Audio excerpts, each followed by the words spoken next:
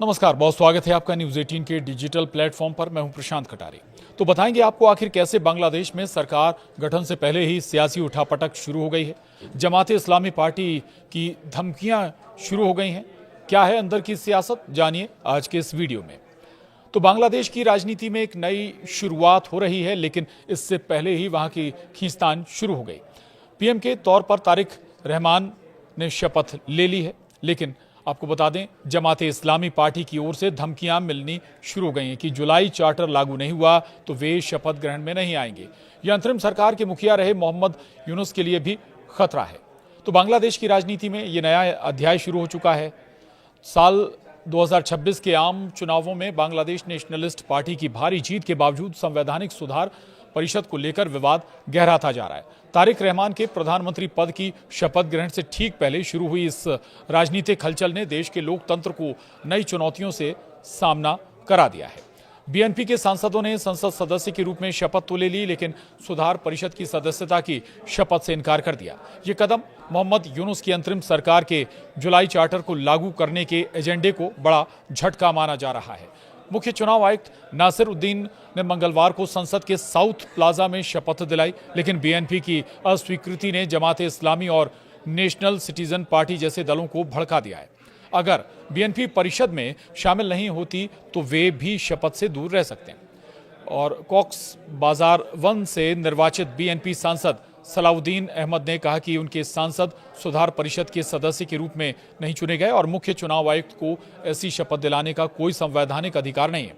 BNP प्रमुख तारिक रहमान के निर्देश पर लिया गया ये फैसला पार्टी की रणनीति को दर्शाता है। अब क्या है जुलाई चार्टर या संवैधानिक सुधार, ये भी समझिए। दरअसल जुलाई चार्टर, जो 2024 की छात्र नेतृत्व वाली क्रांति के बाद तैयार किया गया 84 से अधिक प्रस्तावों वाला एक दस्तावेज है। इसमें संवैधानिक बदलाव जैसे 2 स्तरीय संसद, लोअर हाउस नेशनल असेंबली और अपर हाउस सीनेट शामिल है।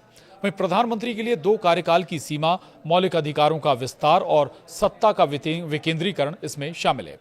वहीं रेफरेंडम में हाँ वोट की जीत के बाद इसे लागू करने के लिए सुधार परिषद गठित की गई, जो 13वीं संसद के सदस्यों से बनी है। अब पेच ये फंस गया है कि बीएनपी की अस्वीकृति ने इसे संकट में डाल दिया है। बीएनपी जुलाई चार्टर से खुद को अलग क्यों कर रही है, ये भी आपको बताते हैं। पार्टी का मुख्य तर्क है कि चार्टर का कोई स्पष्ट संवैधानिक आधार नहीं है, इसे संसद में औपचारिक संशोधन के जरिए शामिल किया जाना चाहिए।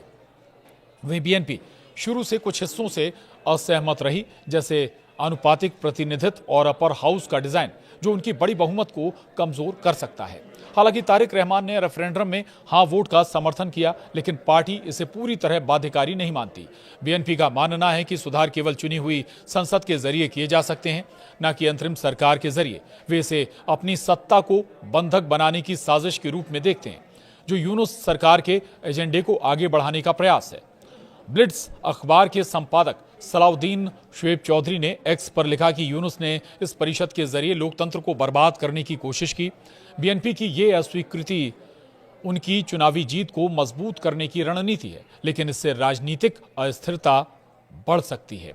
इधर जमाते इस्लामी जुलाई चार्टर को लागू करने की प्रबल समर्थक है। पार्टी ने चार्टर पर हस्ताक्षर किया और चुनाव से पहले रेफरेंडम की मांग की। जमात प्रमुख डॉक्टर शफीकुर रहमान ने कहा कि चार्टर जुलाई क्रांति की भावना को मजबूत करता है और लोकतंत्र को सुरक्षित करता है। चार्टर में मूल सिद्धांतों, जिसमें राष्ट्रवाद, समाजवाद, धर्मनिरपेक्षता में बदलाव जमात के एजेंडे से मेल खाते हैं, जो 1971 की आज़ादी की लड़ाई में उनकी भूमिका को लेकर विवादास्पद रहे हैं। जमात इससे सुधारों का गार्डरेल मानती है, जो भ्रष्टाचार, न्यायिक स्वतंत्रता और सत्ता के दुरुपयोग को रोकेगा।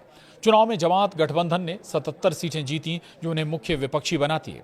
वे मानते हैं कि चार्टर लागू न होने से संसद बेमानी हो जाएगी। ऐसे में उसने साफ कर दिया है कि वो शपथ ग्रहण में शामिल नहीं होगी अगर ये चार्टर लागू नहीं किया गया। आखिर अभी सरकार बन नहीं पाई, विपक्ष पहले से झटके देने लगा है।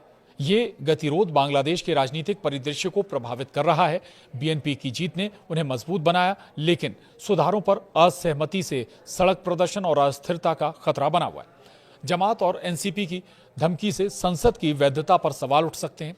यूनुस सरकार के एजेंडे को झटका लगा है, जो क्रांति के बाद सुधारों पर जोर दे रही थी। अगर परिषद गठित नहीं हुई तो जुलाई चार्टर यहीं खत्म हो जाएगा और यहां राजनीतिक परिदृश्य पहले जैसा ही होगा। खींचतान या अस्थिरता ना रहे, इसके लिए तारिक रहमान की सरकार को अब संतुलन बनाना होगा, वरना लोकतंत्र की नई शुरुआत खतरे में पड़ सकती है। तो इस वीडियो में इतना ही। बने रहिए न्यूज़ 18 मध्य प्रदेश छत्तीसगढ़ के साथ।